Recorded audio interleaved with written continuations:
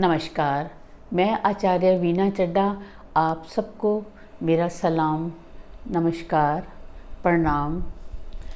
हम आजकल ये देख रहे हैं कि कैसे पता चलेगा कि पास्ट लाइफ में हमने क्या कर्मा किए हैं। आप में से कुछ ये कहेंगे कि क्या ज़रूरत है ये जानने की। ठीक कह रहे हैं, क्या ज़रूरत है। लेकिन जब लाइफ में कुछ ऐसा होता है कि जब हमें लगता है कि हमने तो कुछ भी गलत नहीं किया और इतना बुरा बुरा होता है, तो हम सोचने में मजबूर हो जाते हैं कि ये हमारे साथ ऐसा क्यों हो रहा है। यानी ये हम सभी क्यूरियस होते हैं कि ऐसा क्या हमने किया था जो हमारे साथ ऐसा ऐसा हो रहा है। और फिर एक बात और है, जब हम ये जान जाएंगे ना कि हमने ऐसा क्या किया था, तो हमें किसी रेमेडी की ज़रूरत नहीं होगी। हमें तब कोई रेमेडी नहीं बताएगा, हम खुद ही समझ जाएंगे कि अगर हमने ऐसा किया था तो अब हमें खुद ही ऐसा करना चाहिए। और इसके अलावा जानने के बाद बहुत संतुष्टि होगी, आप रिलैक्स हो जाएंगे, आपकी एंग्जाइटी दूर हो जाएगी। तो आज हम यही करने जा रहे हैं कि अपने हॉरोस्कोप को देखकर, किस प्लैनेट को देखकर हमें पता चलेगा कि हमने क्या किया था। हमको जो भी मिलता है वो दो कारणों से मिलता है। या तो हमने कुछ ऐसा किया होता है, हमने कुछ ऐसे काम किए हैं जो कि हमारी एंट्री का रिवर्सल होना है। और अगर हमने नहीं किया तो हमारे माँ बाप ने किया है, हमारे पेरेंट्स ने किया है। आप कहेंगे अगर पेरेंट्स ने गलत काम किया है तो उसका रिजल्ट हम क्यों भुगतें। आप मुझे एक बात बताएं, जब पेरेंट्स इस दुनिया से जाते हैं और जब वो अपनी बहुत सारी वसीयत करके जाते हैं, ज़मीन जायदाद दे के जाते हैं, बहुत कुछ दे के जाते हैं, तब तो हम ये नहीं कहते कि हम ये क्यों लें, ये तो पेरेंट्स की है। तो हम लेते हैं ना, यानी उन्होंने जो दिया है, जो वो दे जाते हैं, हम हंसते हुए ले लेते हैं। और अगर उनके सिर पे कोई कर्जा होता है तो वो भी उनकी संतान ही चुकाती है ना। अच्छा, वैसे भी अगर पेरेंट्स ने कुछ गलत भी किया होगा तो आप ये मान के चलिए, हम जो भी कुछ करते हैं सुबह से शाम तक, वो इसीलिए करते हैं ना कि हमने अपने बच्चों की लाइफ देखनी है, बच्चों की पढ़ाना है, लिखाना है, उनकी ज़िंदगी बनानी है। हम कहते हैं ना, हम जो भी कमा रहे हैं बच्चों के लिए कमा रहे हैं। तो इसका मतलब अगर उन्होंने गलत काम भी किया है तो वो आपके लिए ही किया है, हमारे लिए ही किया है। और जो गलत काम किया था वो सब कुछ, उसका पैसा, वो सब हमारे अंदर ही गया। तो आज मैं आपको वो कर्मा बताऊंगी जो हमारे पेरेंट्स करते हैं और हमको भुगतना पड़ता है। जब हम कुछ काम करते हैं तो उसको देखने के लिए हम शनि को देखते हैं कि शनि कर्मा का कारक है। लेकिन जब पेरेंट्स करते हैं तो उसके लिए हम मंगल को देखते हैं। हमारे हॉरोस्कोप में जैसा मंगल होता है वैसे हमारे पेरेंट्स ने काम किए होते हैं। अब मैंने मंगल क्यों लिया? मंगल खून का कारक है, मंगल ब्लड है, मंगल ब्लड ग्रुप है। ये वही खून जो हमारे पेरेंट्स के अंदर था वो हमारे अंदर, जो ब्लड है वही फिल्टर होकर स्पर्म बनता है, उसी से संतान होती है। और वही ब्लड जो पेरेंट्स के अंदर है, वही डीएनए वो हमारे अंदर होता है और वही ब्लड चलता है। जब हम पैदा होते हैं तो एरिस से पैदा होते हैं, और एरिस क्या है? मंगल। बिना खून के हम पैदा नहीं हो सकते। जब हम पैदा होते हैं तब भी खून होता है। और 8वां घर हमारी मृत्यु का है, और 8वां घर क्या है? स्कॉर्पियो राशि, वो भी क्या है? मंगल। यानी एरिस भी मंगल है, स्कॉर्पियो भी मंगल है। मंगल से हमारी जिंदगी शुरू होती है और मंगल पे ही खत्म होती है। मंगल खून है, कहते हैं ना खून का रिश्ता है। मंगल ब्लड है, मंगल जमीन है। वही जमीन जो हमको मिलती है, वही जमीन का पैसा जो हमें मिलता है। इसीलिए मंगल ने जो किया, मंगल ऊर्जा है, मंगल एनर्जी है, मंगल जोश है। अगर वो खून नहीं है, जोश नहीं है, उत्साह नहीं है तो संतान भी पैदा नहीं होगी। उसी से संतान पैदा होती है और संतान के अंदर वो सब कुछ आता है। अब हम देखने जा रहे हैं कि मंगल से हम कैसे देखें। मंगल के बारे में कहा जाता है कि मंगल सबसे उच्च मकर राशि में होता है। मकर यानी हमारे हॉरोस्कोप का 10वां भाग। मैं 10वें से शुरू कर रही हूँ। अगर किसी के हॉरोस्कोप में, अपना हॉरोस्कोप खोलिए, कुंडली खोलिए, उसमें देखिए क्या मंगल 10वें घर में बैठा है। अगर मंगल 10वें घर में बैठा है तो 10वें घर का मतलब है आपके पिता के परिवार का, यानी आपके पिता ने अपने परिवार के लिए कुछ अधूरे काम थे, वो अधूरे काम छोड़ दिए हैं। वो जो अधूरे काम छोड़े हैं वो अब आपकी जिम्मेवारी है, आपको करना है। अगर आप वो करेंगे तो आपकी ज़िंदगी में सब कुछ अच्छा होगा। अगर आप वो नहीं करेंगे जो आपके पेरेंट्स ने छोड़ दिया, और आप भी नहीं करेंगे, तो उसके बाद आपकी ज़िंदगी में कुछ अच्छा नहीं होने वाला, और जो भी कुछ होगा वो नेगेटिव होगा। यानी 9वां घर पिता का है, 10वां घर पिता के परिवार का है। यानी पिता कुछ काम कर रहा था, करते करते उससे काम अधूरे रह गए और उसने वो अपने काम छोड़ दिए और वो अब आपको करने हैं। अब वो कौन से काम करने हैं ये इस पे पता चलेगा कि वहाँ कौन सी राशि है। अगर वहाँ आपको वृषभ राशि दिख रही है तो इसका मतलब है कि पिता ने परिवार के प्रति कोई जिम्मेवारियां छोड़ दी हैं, वो आपको करनी है। अगर वहाँ पे मिथुन राशि है तो इसका मतलब पिता ने आपके भाई बहनों के लिए कोई काम छोड़ दिए हैं, वो आपको करने हैं।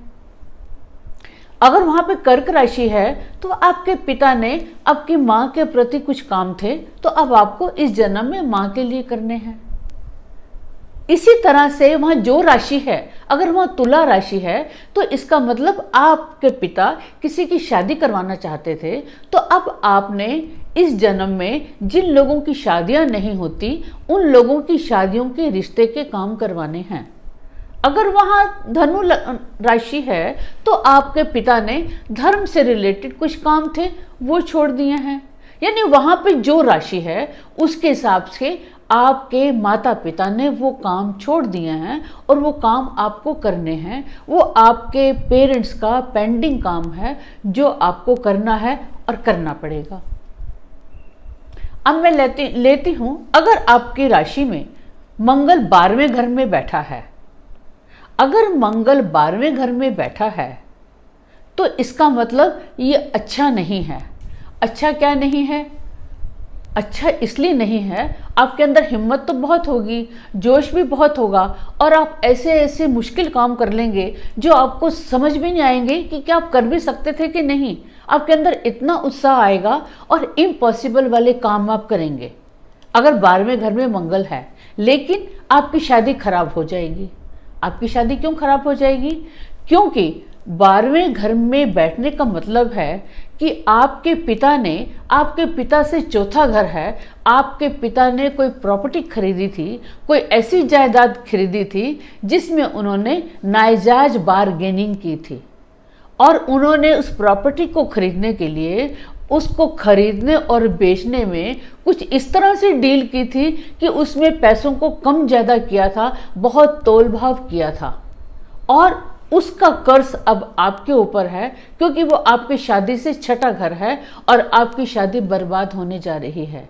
जिसकी भी हॉरोस्कोप में आप ऐसा देखेंगे, आप यही पाएंगे कि उनकी शादी खराब हो जाती है क्योंकि मंगल उनका 12वें घर में आता है। तो अब मैं लेती हूँ, अगर मंगल आपका चौथे घर में है, अगर चौथे घर में जिनका मंगल होता है, आप उनकी लाइफ में देखेंगे उनके पेरेंट्स ने क्या किया होता है।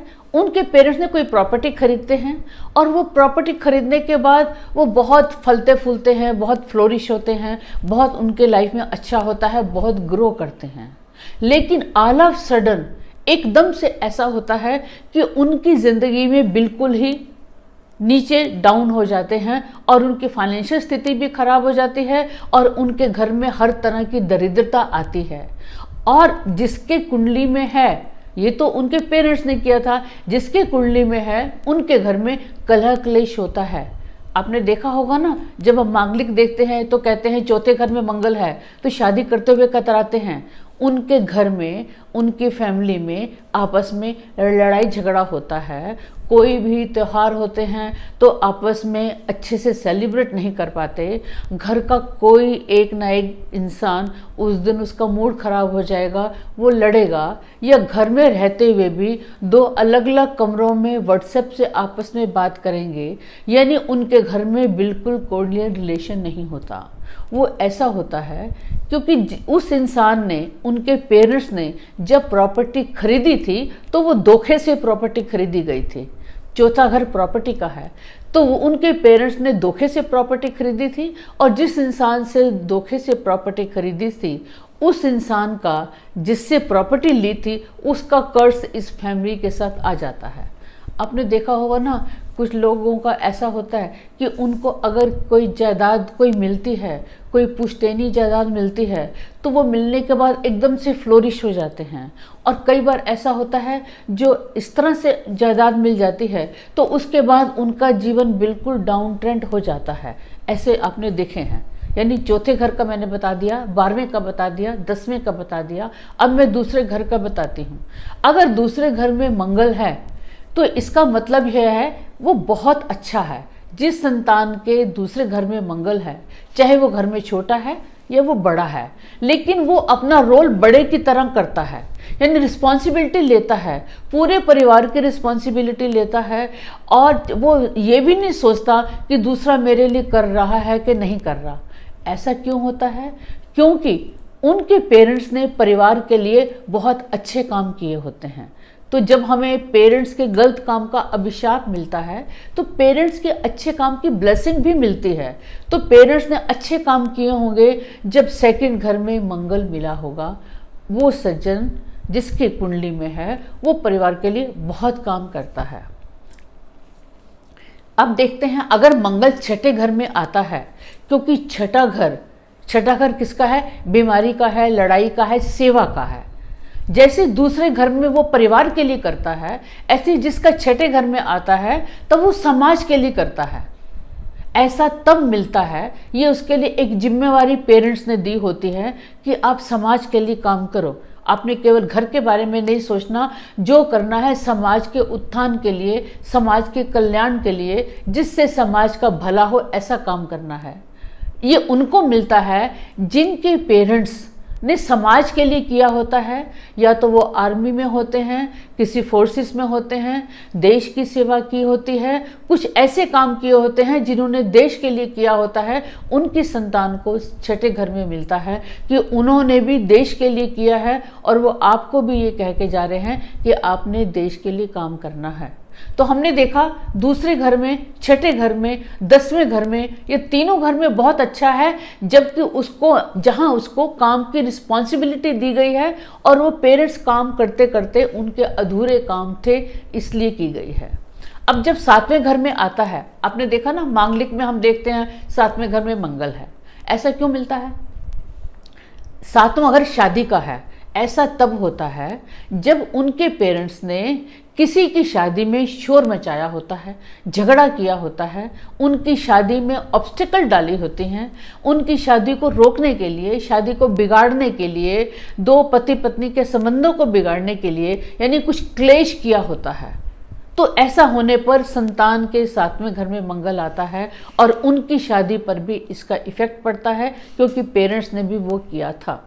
अब आपको रेमेडी क्या करनी है? अब आप समझ गए, जहां परिवार के लिए आया है वहां परिवार के लिए करना है, जहां छठे घर में समाज के लिए आया है तो समाज के लिए करना है, 7वें घर में आया है तो लोगों की ब्याह शादी में आपने हेल्प करनी है, काम करना है। 10वें घर में आया है तो आपने जो राशि है उसके लिए जो अधूरे काम थे वो करने हैं। और जब 12वें घर में आया है तो प्रॉपर्टी से रिलेटेड, अगर वो इंसान जिसके 12वें घर में मंगल है, अगर वो अपने कोई प्रॉपर्टी का दान दे देगा, डोनेशन कर देगा, तब जाके उस संतान की मैरिड लाइफ ठीक होगी, नहीं तो कभी ठीक नहीं होगी। आप कुछ भी रेमेडी कर लीजिए। इसका मतलब ये हुआ कि गलत ढंग से अगर कोई जायदाद मिली है तो उसको ना लें, उसको या तो दान कर दें। और जब भी कोई प्रॉपर्टी की डील करते हैं तो उस समय ये ना देखें कि दूसरे को हमने कैसे दबाना है। अगर उसमें कुछ नुकसान भी हो जाता है खरीदते या बेचते समय, तो आपको खुश हो जाना चाहिए कि अच्छा हुआ। अब हम देखते हैं कि 11वें घर में मंगल क्या हो। 11वें घर में अगर मंगल है तो ये मंगल की सबसे अच्छी कंडीशन है, क्योंकि इसमें आपको कुछ नहीं करना। आपके पेरेंट्स आपके लिए बहुत कुछ करके गए हैं, बहुत ब्लेसिंग्स देकर गए हैं, और ऐसे व्यक्ति को बिना कुछ किए ही सब कुछ मिलता रहता है। उसके पास पूरी प्रोस्पेरिटी होती है, धन होता है, सब कुछ मिलता है। यानी ये बैठे बिठाए एक राजा बनने का योग है कि आपको सब कुछ मिलेगा, क्योंकि पेरेंट्स इतना कुछ करके जा चुके हैं, पेरेंट्स ने बहुत कुछ किया है, और उसी के कारण आपको ये सारा मिल रहा है। बाकी जो घर रह गए हैं उसके बारे में मैं आपको बाद में बताऊंगी। तो आप ये समझ लीजिए कि आपने ये देखा कि किस तरह से पेरेंट्स किए अधूरे कामों के लिए आपने समाज का, परिवार के बारे में सोचना है, और प्रॉपर्टी के बारे में कोई गड़बड़ नहीं करनी है। आपने देखा होगा जितने प्रॉपर्टी डीलर हैं या बिल्डर हैं, उनकी संतान उतना ही अधिक दुख पाती है, क्योंकि उन्होंने इस तरह के काम किए होते हैं, और वो सारे काम आगे संतान में जाते हैं। क्योंकि इंसान को सबसे ज़्यादा दुख या सुख तब होता है जब उसकी संतान खुश या दुखी होती है। जब हम अपने जीवन में कुछ कर लेते हैं तो हम बहुत खुश होते हैं कि हमने बहुत पैसा कमा लिया, हमने दूसरे को धोखा दे दिया, दूसरे को बेवकूफ़ बना दिया, दूसरे को पागल बना दिया। लेकिन हमको ये नहीं पता होता कि जो कमाई हमारे घर में आ रही है, उस कमाई का जो अन्न है वही आगे हमारी संतान में जाएगा, और आने वाली संतान में वही खून ट्रैवल करते हुए जब जाएगा तो अपना नेगेटिव असर देगा। मैं इसी तरह से हर वीडियो में आपको बताऊंगी कि कैसे हमने पास्ट लाइफ के कर्मा को देखना है, जो बहुत इंटरेस्टिंग है। अभी आगे आगे आपको और नई पढ़ते पता चलेंगी कि आपने ऐसा क्या काम किया था कि आपको शनि यहाँ मिला, या राहु ऐसा मिला, या बृहस्पति ऐसा मिला, या बुध ऐसा मिला, या शुक्र ऐसा मिला। हर प्लैनेट के बारे में आपको पता चलेगा। आप मेरे वीडियो देखते रहें और इसको अधिक से अधिक शेयर करें। कोई भी आपका क्वेश्चन है उसको कमेंट बॉक्स में डालिए। आप खुश रहें, ब्लेस रहें और गुड कर्मा करें। Thank you.